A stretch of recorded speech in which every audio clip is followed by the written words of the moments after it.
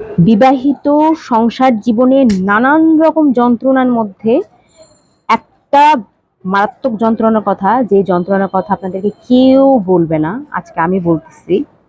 সেই যন্ত্রণাটা হচ্ছে রাতে খেতে না খেতে আপনাকে চিন্তা করতে হবে সকালে কি রান্না করব, কি নাস্তা বানাবো। সকালে নাস্তা শেষ হতে না হতে দুপুরে কি রান্না হবে, দুপুরে কি রান্না খাবো, মানে সে খাওয়া শেষ হতে না হতেই শুরু হবে রাতে কি খাবো, বিকালে নাস্তাতে কি থাকবে।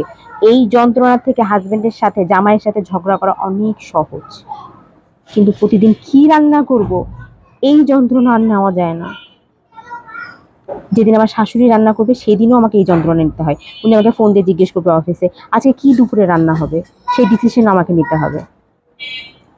জামাইকে যদি জিজ্ঞেস করি তুমি আজকে দুপুরবেলা কি খেতে চাও বা রাত্রে কি খেতে চাও, কোনো সমস্যা নেই, তুমি যা রান্না করবা তাই খাবো, বা তুমি যেটা বলবা সেটাই খাবো। কিন্তু রান্না করার সময়, রান্না করে সামনে দেওয়ার সময় এটা কেন করেছি, ওটা কেন করেছি, এরকম হলে ভালো হতো, এটা হলে ভালো হতো। উফ, এই যন্ত্রণা আর নিতে পারছি না আমি।